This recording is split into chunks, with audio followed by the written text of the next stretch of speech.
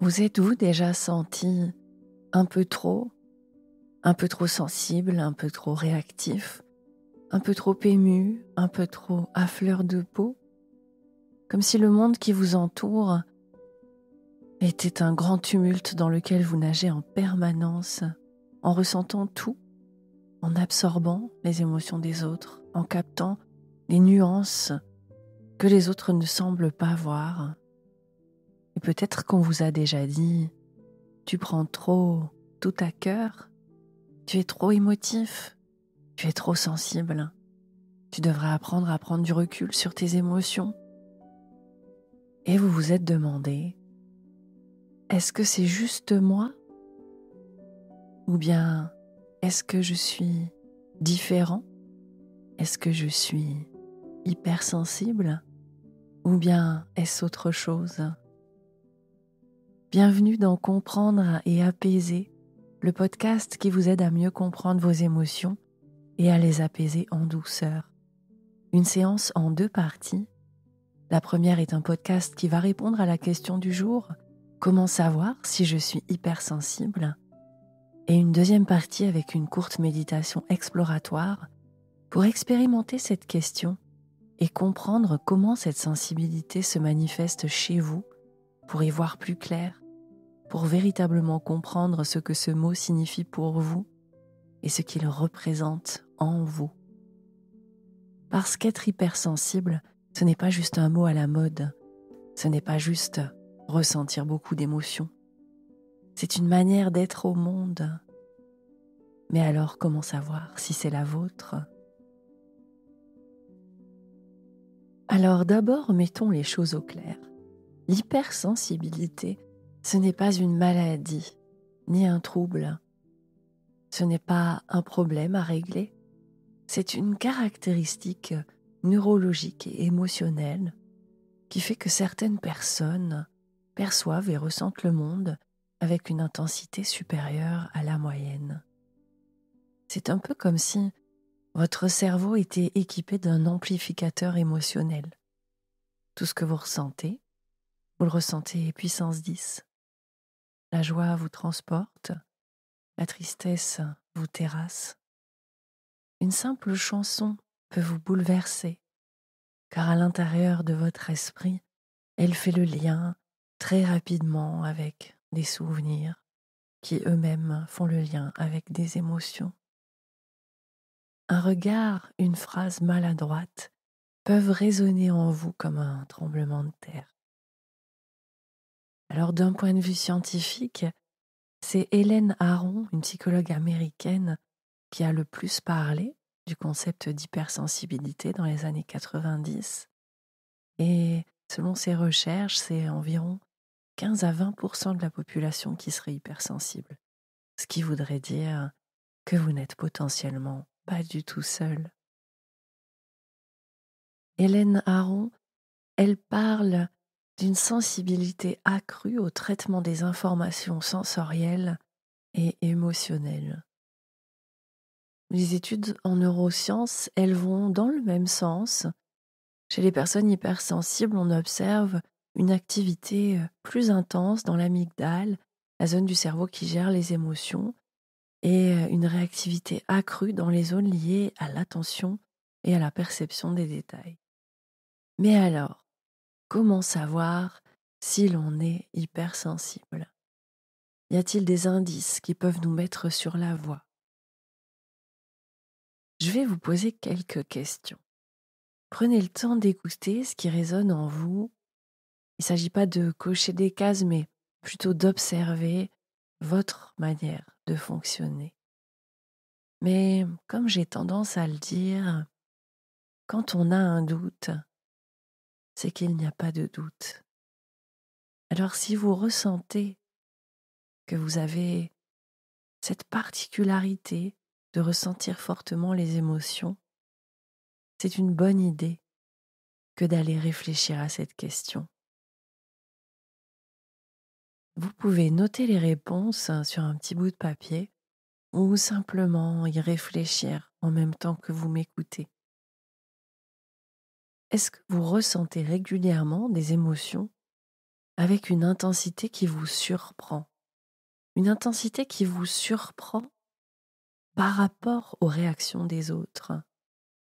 Dans le sens que, alors que vous allez ressentir fortement une émotion dans une situation, la personne qui est assise juste à côté de vous, elle, elle trouve la chose insignifiante ou en tout cas, vous ne remarquez pas d'émotions fortes chez elle alors qu'il y en a chez vous. Par exemple, un simple échange avec quelqu'un peut vous bouleverser pour la journée et quand vous en parlez à une personne qui était là, au même moment que vous, elle ne va pas avoir la même impression, le même ressenti émotionnel. C'est déjà un bon indice. Maintenant, demandez-vous si vous avez du mal à faire le tri entre vos émotions et celles des autres. Si quelqu'un est triste près de vous, est-ce que vous avez l'impression de ressentir sa tristesse? Est-ce que vous avez l'impression d'être à l'écoute des émotions des autres un peu plus que la majorité des gens? Est-ce que c'est facile pour vous de quitter une personne triste? Est-ce simple pour vous d'ignorer la souffrance du monde? Ça, c'est une bonne question, c'est un bon indice. Vous pouvez aussi vous demander si vous êtes facilement envahi par l'environnement qui vous entoure. Comparativement aux autres, est-ce que vous avez l'impression que les bruits forts, les odeurs très présentes, les lumières vives, trop de monde autour de vous, ben, alors que les autres semblent s'y faire parfaitement bien, pour vous, tout ça vous fatigue, vous épuise, vous donne la sensation que ça draine votre énergie? Est-ce que vous avez un fort besoin de moments de solitude pour récupérer? Après une journée chargée, est-ce que vous avez besoin d'un moment de silence, de calme? Est-ce que vous avez besoin de prendre un temps pour digérer tout ce que vous avez ressenti dans la journée? Est-ce que les critiques vous touchent profondément, même lorsqu'elles ne sont pas foncièrement méchantes? Est-ce qu'un simple «tu devrais peut-être essayer autrement» peut vous hanter pendant des jours? Est-ce que vous êtes très sensible à certaines émotions en particulier, comme l'injustice?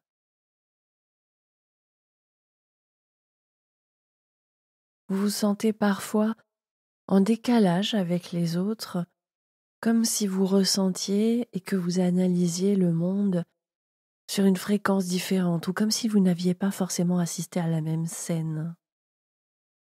Si vous vous reconnaissez dans plusieurs de ces descriptions, c'est un bon signe pour dire que vous avez une certaine hypersensibilité. Mais attention, il faut bien différencier l'hypersensibilité d'autres traits émotionnels. Parce que être hypersensible, ce n'est pas juste être très émotif. Et ce n'est pas non plus être susceptible ou simplement mal gérer ses émotions. Différencions d'abord l'hypersensibilité du haut potentiel émotionnel. Le haut potentiel émotionnel ne se contente pas de ressentir intensément les émotions. C'est une personne qui a une capacité de comprendre, d'analyser et de verbaliser ses émotions avec une grande finesse. Et donc, on va pouvoir différencier, même si la personne qui a un haut potentiel émotionnel va avoir une forme d'hypersensibilité, elle va avoir les ressources et les compétences d'observer ses émotions et d'y réagir de manière adaptée, sans souffrance. Comparons maintenant l'hypersensibilité et les troubles de la régulation émotionnelle.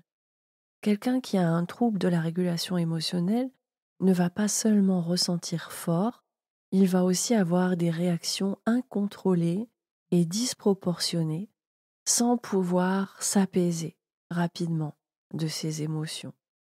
Et on peut très bien avoir une forme d'hypersensibilité et un trouble de la régulation émotionnelle.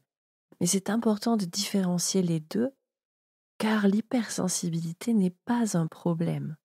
Avoir un trouble de la régulation émotionnelle, c'est une grande difficulté à laquelle il faut pouvoir trouver des solutions, des aménagements, avoir un apprentissage d'une meilleure régulation émotionnelle. Mais en soi, le problème n'est pas l'hypersensibilité. Et c'est vraiment important de différencier les deux. Tout comme c'est important, par exemple, de différencier l'hypersensibilité et la susceptibilité. Une personne hypersensible peut ressentir très fortement les choses, mais il ne va pas forcément mal interpréter ce qui est dit. Et à l'inverse, une personne très susceptible va souvent se sentir attaquée, même sans raison.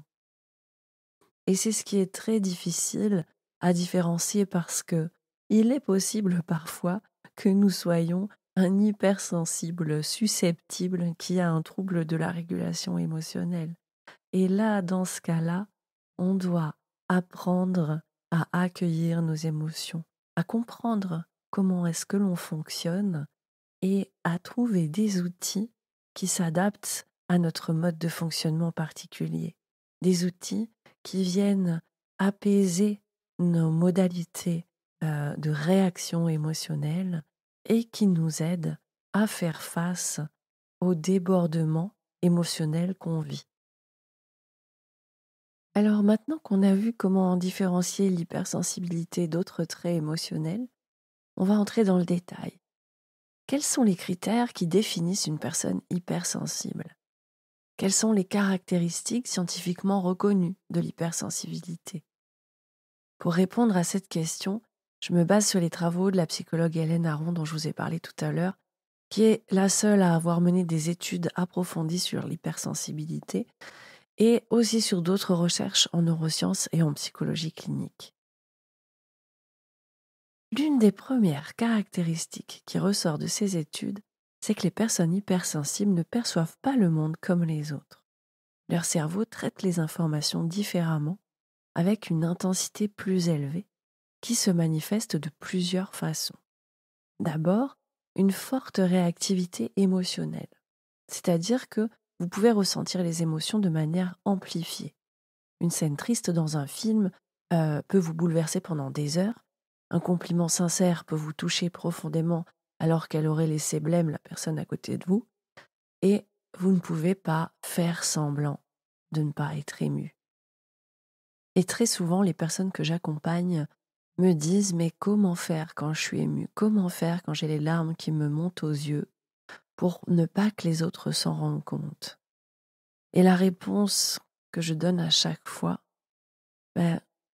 c'est d'oser être qui vous êtes. Parce que quand on est ému par une situation, quand on est ému par l'autre, quand on est ému par le monde qui nous entoure, je trouve ça triste et véritablement dommageable pour l'être humain que nous sommes que de taire cette émotion. Être ému par la beauté du monde, la beauté d'un instant, être ému par la tristesse de l'autre, ça doit être partagé. Car en réalité, quand vous le faites, vous vous rendez compte que l'autre est touché par votre réaction. Et donc la prochaine fois que vous serez ému, j'espère que vous repenserez à moi et que vous oserez montrer votre émotion et simplement dire « Bah oui, je suis ému par ce que tu viens de me dire et ça me touche. » Et vous verrez, vous serez surpris de voir les réactions de l'autre. Et si l'autre en face réagit mal à un tel aveu, vous pourrez clairement vous poser la question de savoir si cette personne est bonne pour vous.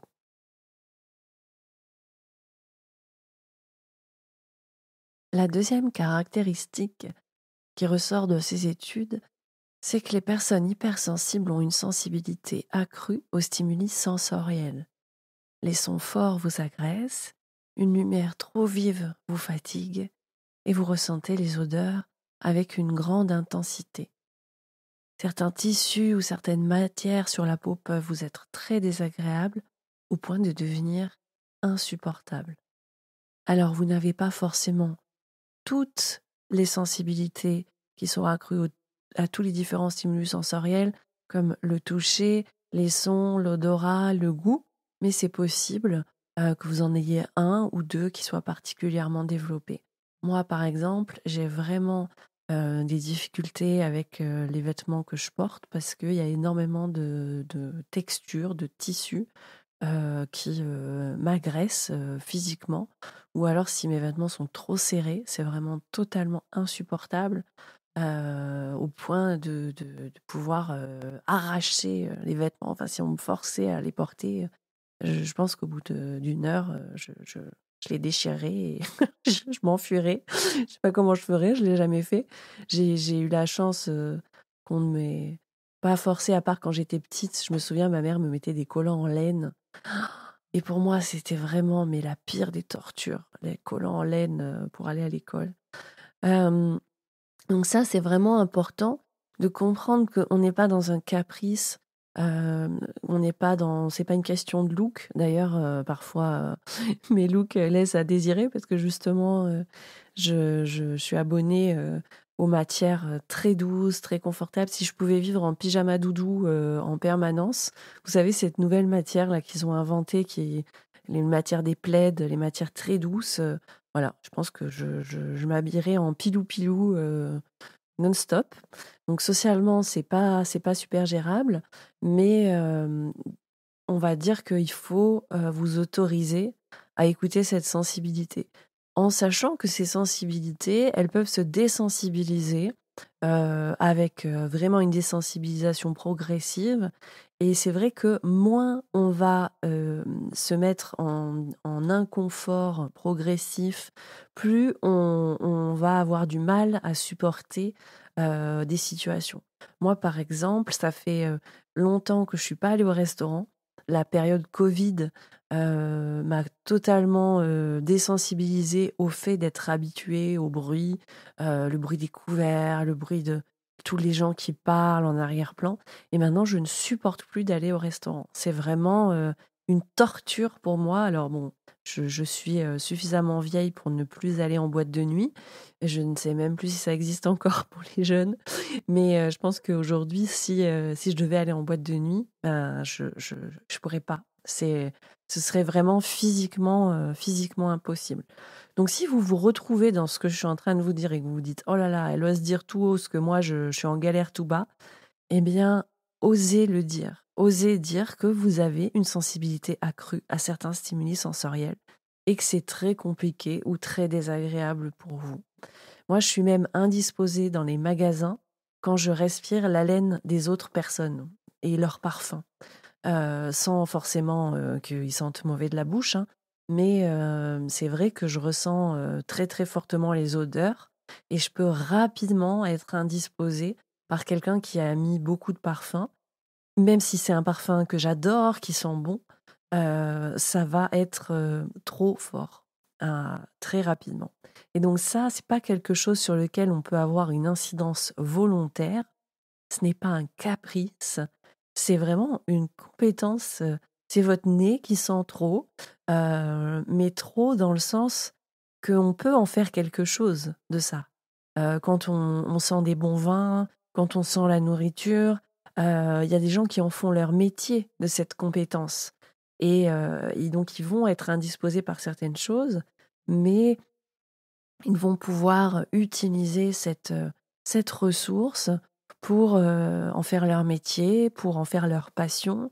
Et donc, tout n'est pas à juger négativement. Il faut vraiment avoir un regard bienveillant sur qui nous sommes, quelles sont nos ressources, avec quoi, quelle est notre petite valise de départ, avec quoi la vie nous a dotés, la petite fée qui s'est penchée sur votre berceau, qu'est-ce qu'elle vous a donné comme ressource? Bon, bah, la mienne, elle m'a donné, un bon nez qui sent plein de choses, autant les bonnes que les mauvaises. Une peau très sensible qui sent, toutes les textures. Alors ça, c'est vrai que j'ai pas encore trouvé, quel métier je pourrais faire, Je pourrais faire testeuse cosmétique et on verrait rapidement s'il y a des problèmes sur la crème. Ça, c'est une certitude. Mais vous voyez ce que je veux dire? D'avoir ce regard bienveillant sur, voilà, qu'est-ce que la petite fée sur mon berceau m'a donné à ma naissance. Parce que il faut bien comprendre que c'est des choses qu'on vous a données à la naissance. Et donc le troisième point qui caractérise vraiment euh, le traitement sensoriel et émotionnel plus dense, c'est le fait d'avoir une perception affinée des détails. Ça veut dire que vous allez peut-être remarquer des choses que d'autres ne voient pas.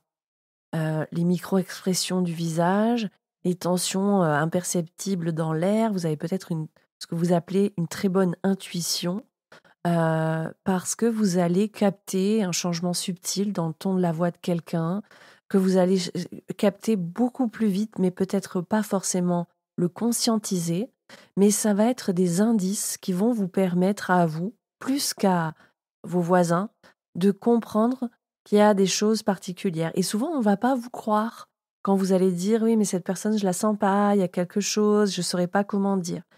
Et quand ça se vérifie, c'est parce que vous avez mis bout à bout comme un puzzle toutes les petites choses que vous avez réussi à percevoir chez l'autre.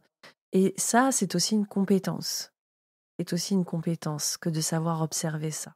Et c'en est une autre de compétence que de conscientiser tout ce que l'on arrive à voir de l'autre et à l'analyser correctement. Et mieux vous savez analyser et avoir conscience de ce que vous repérez chez l'autre, plus vous arrivez rapidement à une conclusion. Et vous arrivez mieux aussi à transmettre aux autres ce que vous avez ressenti finalement et pourquoi vous l'avez ressenti.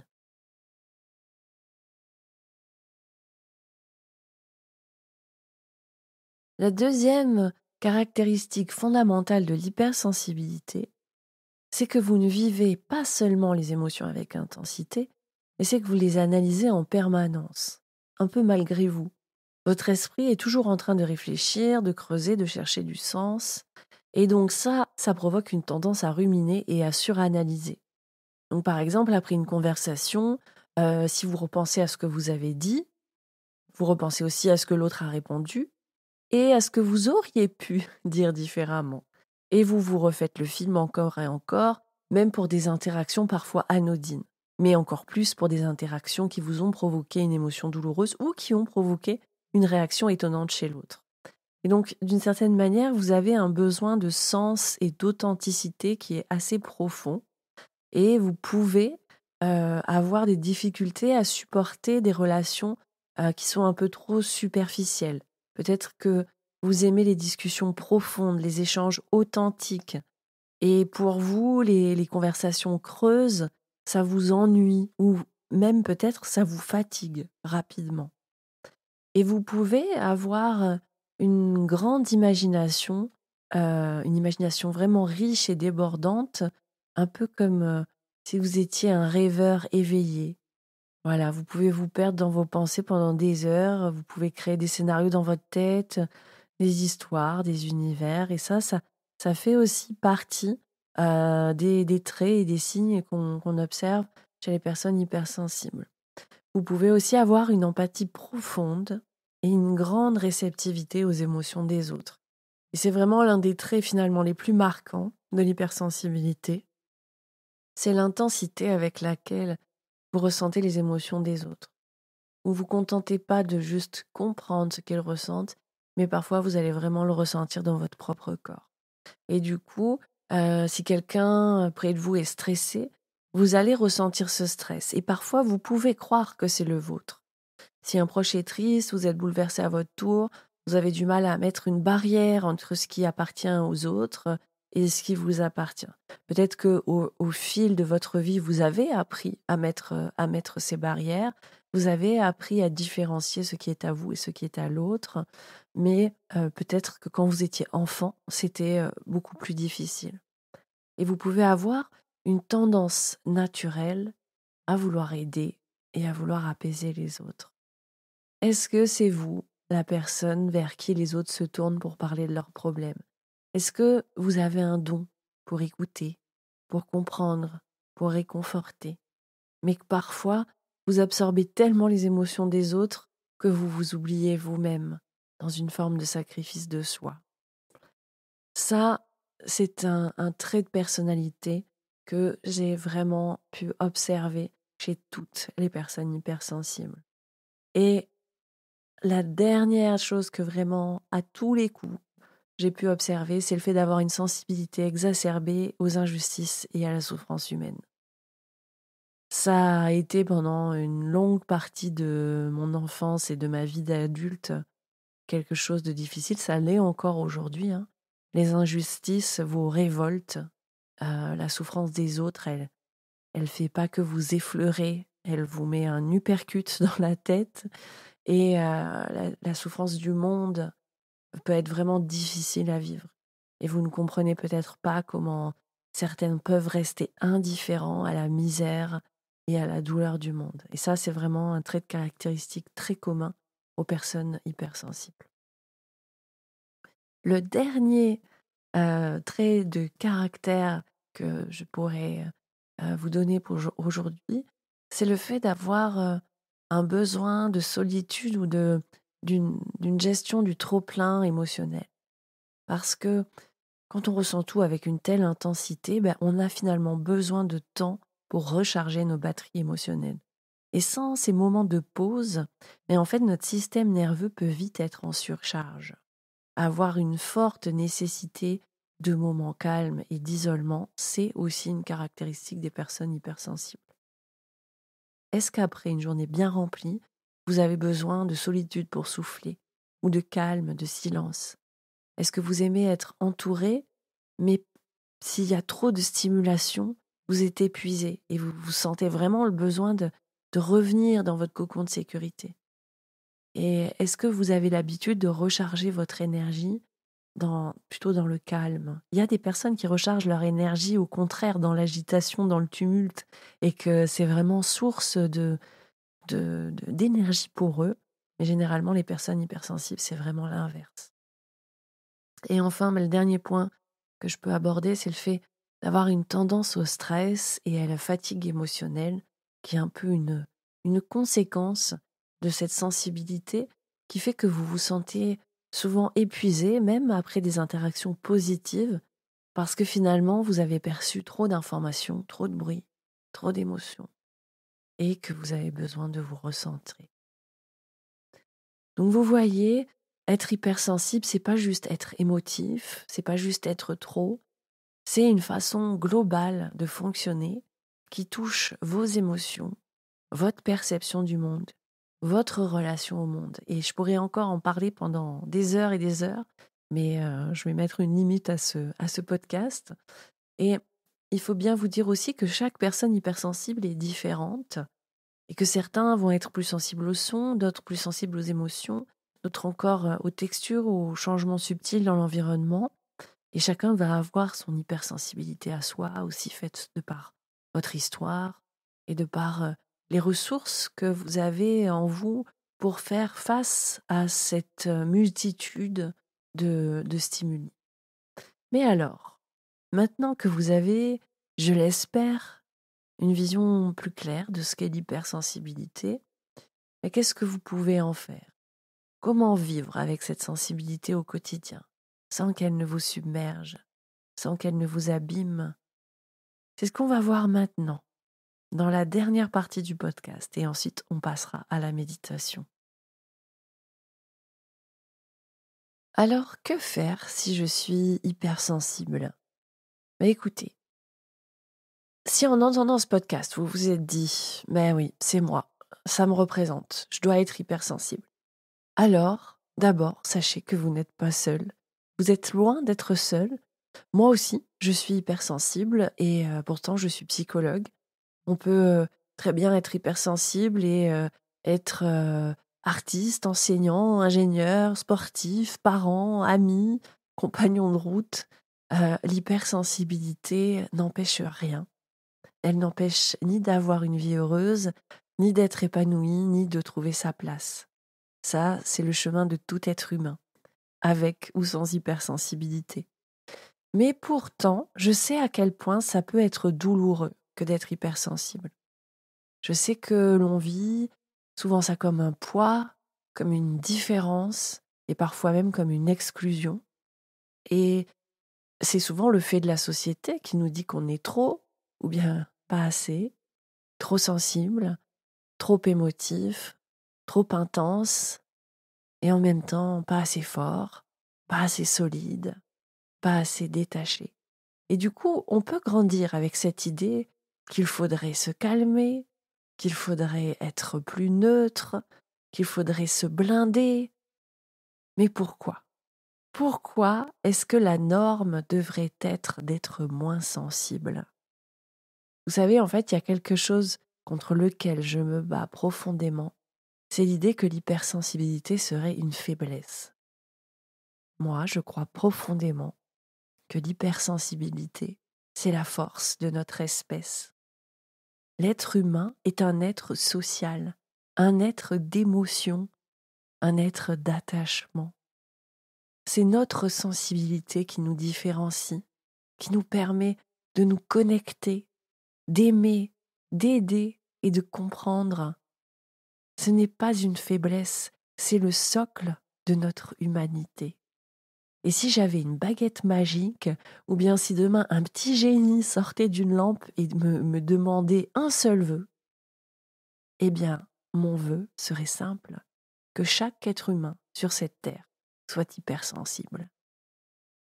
Parce que si nous étions tous capables de ressentir profondément, de capter la douleur et la joie des autres, si nous étions tous connectés à cette part d'humanité profonde, alors oui, je crois que le monde serait profondément différent.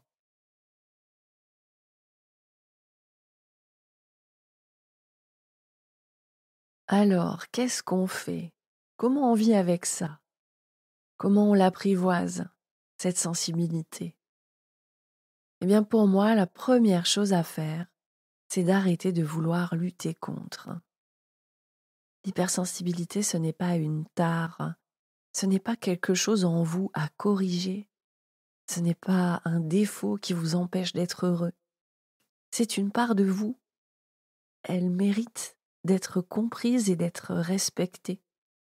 Et surtout, vous ne pouvez pas la détruire, vous ne pouvez pas en changer. C'est comme si vous étiez petit et que vous rêviez d'être grand. Il y a des choses dans la vie qu'on ne peut pas modifier. Encore aujourd'hui, avec la chirurgie esthétique, on peut changer pas mal de choses, mais votre taille, changer votre taille, c'est impossible. Changer votre hypersensibilité, c'est impossible aussi.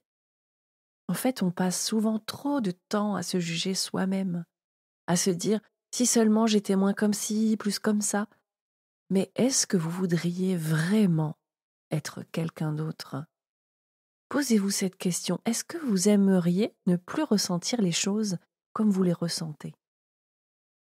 Moi, personnellement, pour rien au monde, je changerais mon hypersensibilité. Pour rien au monde, je voudrais être cette personne qui passe à côté des émotions, qui ferme les yeux sur la souffrance et qui ne s'émerveille plus devant les petites choses de la vie.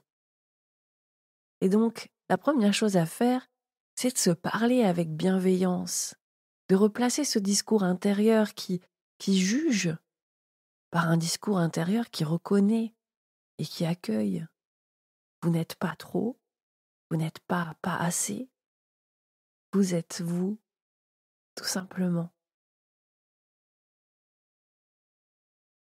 Ce qui est vrai, c'est que l'hypersensibilité peut être fatigante, parce que tout est plus fort, tout est plus intense, tout prend plus de place, et donc on peut se demander comment faire pour ne pas se laisser submerger. Et donc du coup, quand on est hypersensible, c'est important de reconnaître nos besoins.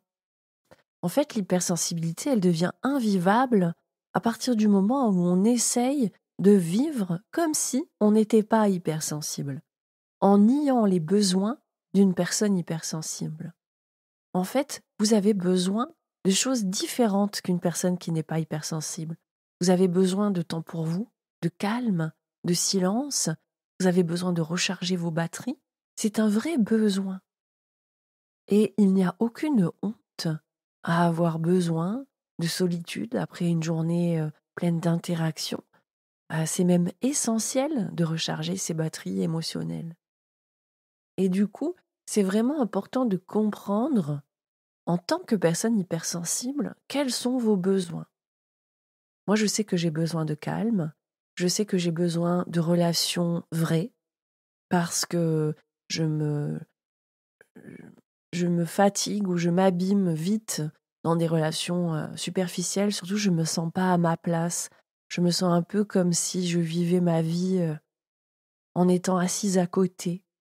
Et j'ai passé toute mon enfance et la première partie de ma vie adulte jusqu'à mes 25 ans en ayant cette impression d'être assise à côté et en me disant: «Mais qu'est-ce que je fais là? Mais qu'est-ce que je fais là?» Et c'était vraiment fort comme sensation. Et en même temps, j'ai mis beaucoup de temps à m'asseoir en moi-même et à être vraiment là où je voulais aller, où je voulais être. Et ça m'a demandé de me séparer de certaines personnes, de, de, de, de regarder quels étaient mes besoins véritables et de faire des sacrifices, dans le sens que je ne pouvais pas être la personne qu'on attendait de moi. Je ne pouvais pas euh, correspondre à ce que les autres auraient peut-être voulu que je sois. Et donc, j'ai vraiment fait le choix de m'autoriser à être qui je voulais être. Et effectivement, c'est un choix qui demande des sacrifices. Il faut parfois faire du vide autour de soi pour que ça laisse la place à d'autres et que ce vide, vous le puissiez le remplir avec des personnes qui véritablement s'accordent avec vous, avec vos valeurs, avec vos besoins. Parce que la question des besoins chez les personnes hypersensibles, elle est un peu taboue, parce qu'effectivement, oui, vous n'avez pas les mêmes besoins que les autres, mais ce n'est pas parce que vous n'avez pas les mêmes besoins que vous n'avez pas le droit d'y répondre. Et donc, si je peux vous donner quelques conseils, moi, je vous conseille en premier de vous entourer de bonnes personnes. Parce que c'est pas toujours facile d'être hypersensible dans un monde qui valorise la froideur et la performance. Mais vous n'avez pas à vous adapter à un monde qui ne vous ressemble pas. Vous avez le droit de choisir avec qui vous partagez votre énergie. Et en apprenant à repérer les personnes qui vous comprennent et qui respectent votre sensibilité, vous allez pouvoir être tout de suite beaucoup plus épanoui, avoir même finalement beaucoup plus d'énergie. Et parfois, quand on est vraiment très bien entouré, finalement, notre hypersensibilité, elle nous gêne absolument pas. On n'a pas l'impression ni d'être différent des autres, ni de devoir faire des efforts pour être en relation. Et à l'inverse, si vous restez avec des personnes qui vous diront sans cesse que vous n'êtes pas comme ils voudraient que vous soyez, euh, ils ne pourront jamais vous aimer tel que vous êtes. Et donc, le fait d'abandonner, d'être aimé de certaines personnes, est un véritable poids, c'est un véritable sacrifice parfois que d'abandonner, de ne pouvoir être aimé tel qu'on est par certaines personnes qui ne sont pas capables de pouvoir nous aimer tel que nous sommes. Mais c'est une vraie libération pour vous, et ça, je peux vous l'assurer. Alors, il existe des outils pour mieux vivre avec son hypersensibilité. Heureusement, ce n'est pas question de réduire sa sensibilité, mais plutôt de qu'est-ce que je fais avec toute cette observation, avec tout ce ressenti que que j'ai perçu, qui est en moi. Parce qu'en fait, on ne peut pas empêcher l'observation des émotions, on ne peut pas empêcher l'observation de tiens, ce pantalon me gratte et j'ai envie de me l'arracher tellement que c'est une horreur. Par contre, on peut apprendre à réagir à ça, à anticiper des situations. On a différentes solutions à faire. Mais quand on se perd dans l'idée de se battre pour ne plus ressentir autant les émotions, c'est là à la fois qu'on s'épuise et qu'on perd notre temps. Parce que comme je vous l'ai expliqué dans le début du podcast, eh bien, on ne peut pas changer qui on est. Et c'est une ressource qu'une bonne petite fée vous a offert à la naissance avec sa petite baguette magique. Et lutter contre ça, c'est impossible. Par contre, se munir d'outils pour pouvoir faire quelque chose de tout ce que vous avez perçu, ça c'est différent et ça c'est ce que je vous invite à faire. Et donc par exemple, la méditation, ça permet d'apprendre à observer ses émotions sans s'y laisser entraîner. C'est un outil puissant pour prendre du recul sur notre intensité émotionnelle et finalement, on- la méditation permet de retrouver une forme de stabilité intérieure, non pas parce qu'on va faire le calme à l'intérieur de nous, mais parce qu'on va réussir à observer ce qu'il se passe à l'intérieur de nous. Et donc parfois on observe des explosions, littéralement. Et c'est le fait d'observer, d'apprendre à observer cette explosion avec intensité d'un œil extérieur, avec de plus en plus de recul, que ça nous permet de nous dire, OK, que vais-je faire après cette explosion? Voilà ce que j'ai observé. Et maintenant, comment est-ce que je vais traiter cette information? Parce que toutes les émotions sont des informations à traiter, des informations que notre système a perçues dans l'environnement et qui essaient de nous donner des conseils vraiment pratiques. Et donc ça, ce sera l'objet d'un futur podcast, parce que là, je commence à vraiment beaucoup parler. Et ce que je vous propose de faire, c'est de passer à la partie méditation, parce que j'ai toujours envie de créer ces podcasts dans une idée de comprendre et de passer à la pratique.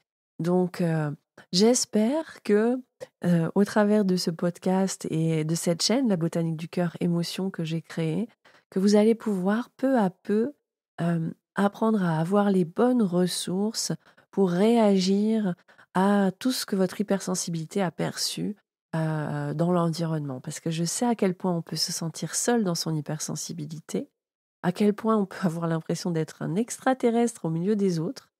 Alors ici, vous trouverez des outils, des méditations, des hypnoses pour apprendre à mieux vivre votre hypersensibilité et pour en faire une alliée au lieu de la subir et de vous battre contre elle. Donc, n'oubliez pas, si ce n'est pas déjà fait, de vous abonner, d'activer la petite cloche pour recevoir mes futurs podcasts et mes futures méditations. Et maintenant, je vous propose une petite méditation toute simple qui va vous aider à observer vos émotions et à prendre un peu de recul sur ce qui vous traverse. Donc, j'espère que vous êtes déjà installé confortablement. Et maintenant, simplement reconnecter avec votre corps. Commencez simplement par porter une attention sur votre respiration, sans chercher à la modifier, juste à l'observer. Méditer, c'est observer ce qu'il se passe en nous, sans jugement, sans critique, avec bienveillance.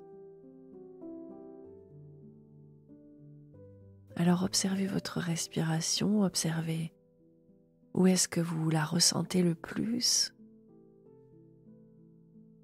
Peut-être dans votre ventre qui se soulève doucement, peut-être dans votre poitrine qui s'ouvre à chaque inspiration.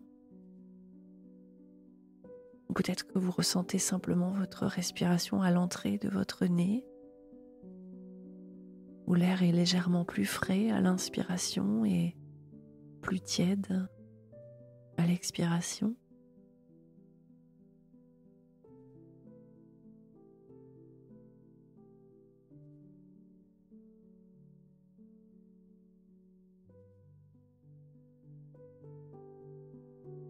Et maintenant,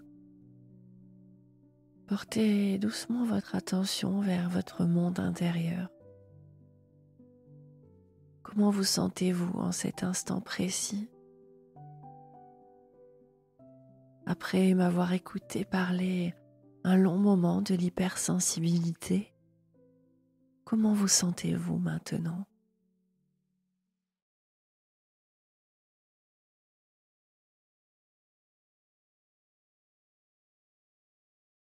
Peut-être qu'il y a de la sérénité en vous, peut-être qu'il y a de l'agitation et que votre esprit se pose mille questions. peut-être que des pensées viennent ou que des émotions sont là. Alors simplement écoutez.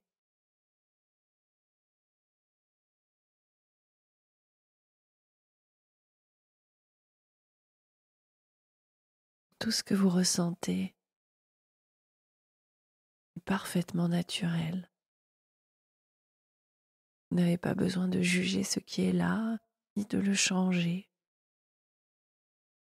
Juste observer, comme si vous étiez un spectateur bienveillant de votre propre existence.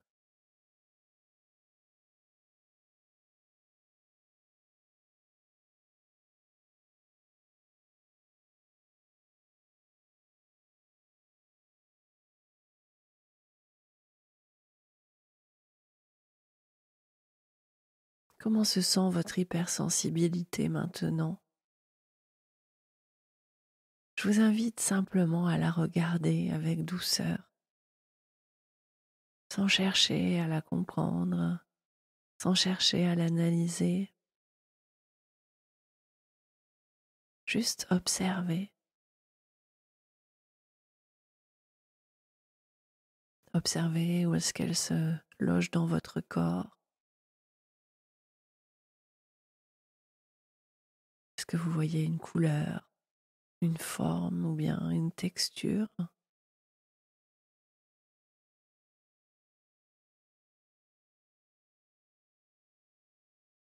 Et voyez simplement si vous pouvez juste rester avec les sensations que vous vivez en ce moment, sans les rejeter, sans les fuir, comme si vous lui faisiez une place en vous pour qu'elle puisse être là et exister pleinement.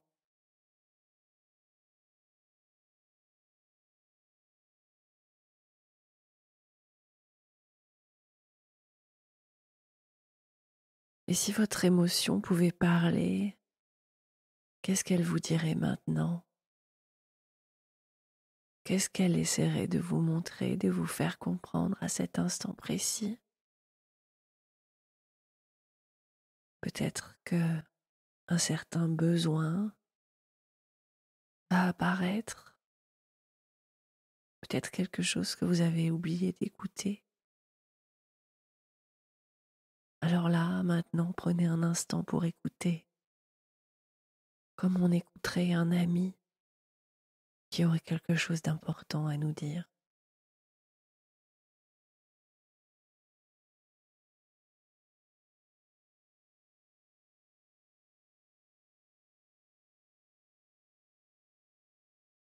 Et maintenant, je vous invite à poser une main sur l'endroit où vous ressentez cette sensibilité en vous.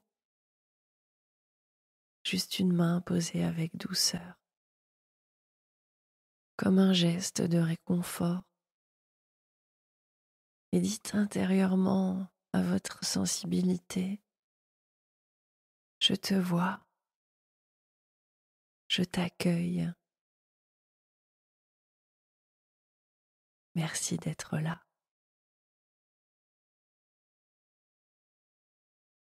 Parce que oui, votre hypersensibilité n'est pas votre ennemi.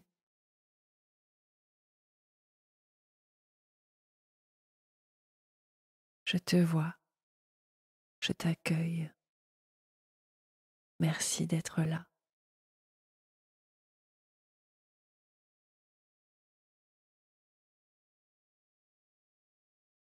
Et maintenant, vous allez pouvoir ramener doucement votre attention vers votre respiration. Sentir à nouveau l'air qui entre et qui sort. Prenez une grande inspiration par le nez et expirez lentement par la bouche, comme un grand soupir de relâchement.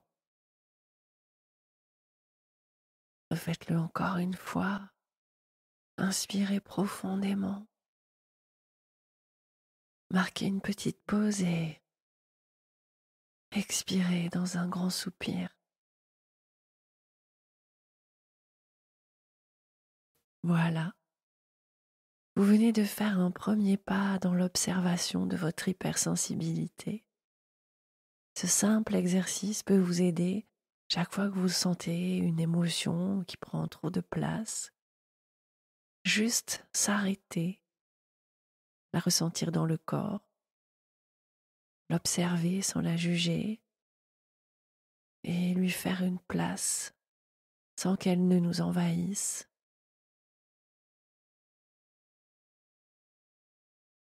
Sur cette chaîne, vous trouverez énormément de méditations de 5 petites minutes qui pourront vous aider à apprendre à observer ce qu'il se passe en vous. J'en ai fait sur plein de thèmes différents, ce qui va vous permettre de choisir quand vous avez une émotion particulière ou quand vous avez un besoin particulier. En 5 petites minutes, déjà, de lâcher prise et d'avoir les bonnes ressources pour faire face à votre hypersensibilité. Mais aussi, vous trouverez des méditations plus longues et des hypnoses pour apprendre à vivre avec cette sensibilité du cœur, pour apprendre à la chérir et surtout savoir comment lui réagir sans que ça vous fasse souffrir. Voilà, avant de nous quitter, j'aimerais vous poser une dernière question. Après avoir écouté ce podcast, après avoir exploré ce que signifie l'hypersensibilité, après avoir pris ce moment pour observer vos émotions, est-ce que vous pensez être hypersensible? Est-ce que certaines choses résonnent en vous? Est-ce que vous avez enfin mis des mots sur ce que vous ressentez depuis si longtemps? Si c'est le cas, alors bienvenue, vous n'êtes pas seul. Il y a une immense communauté de personnes qui, comme vous, ressentent le monde avec intensité, avec profondeur et avec cette belle et précieuse sensibilité. Et cette sensibilité, vous avez le droit de l'accepter. Vous avez le droit de la célébrer. Vous avez le droit d'en faire une force humaine et non pas un poids qui pèse sur vos épaules. Alors si vous êtes là, si ce podcast vous a parlé, j'aimerais qu'on continue cette aventure ensemble parce que cette chaîne est là pour vous donner des outils, des méditations et un espace où vous pouvez apprendre à mieux vivre avec cette hypersensibilité, où vous pouvez apprendre à l'accueillir au lieu de la subir. Alors si ce n'est pas déjà fait, je vous invite à vous abonner à cette chaîne, à activer la petite cloche pour ne rien manquer de mes prochains podcasts et ensemble, nous allons explorer, comprendre et surtout apprendre à mieux vivre avec cette sensibilité qui fait de nous des êtres humains profondément connectés. Alors, dites-moi en commentaire, après avoir écouté ce podcast, est-ce que vous pensez que vous êtes hypersensible, sensible tout court, ou bien autre chose? Il n'y a pas de mauvaise réponse à cette question. Partagez avec moi vos ressentis, vos impressions. J'adore vous lire et je prendrai le temps de répondre à chacun d'entre vous. Merci d'avoir partagé ce moment avec moi pour ce premier podcast d'un nouveau genre. Prenez soin de vous et on se retrouve très vite pour d'autres aventures émotionnelles sur la botanique du cœur, des émotions.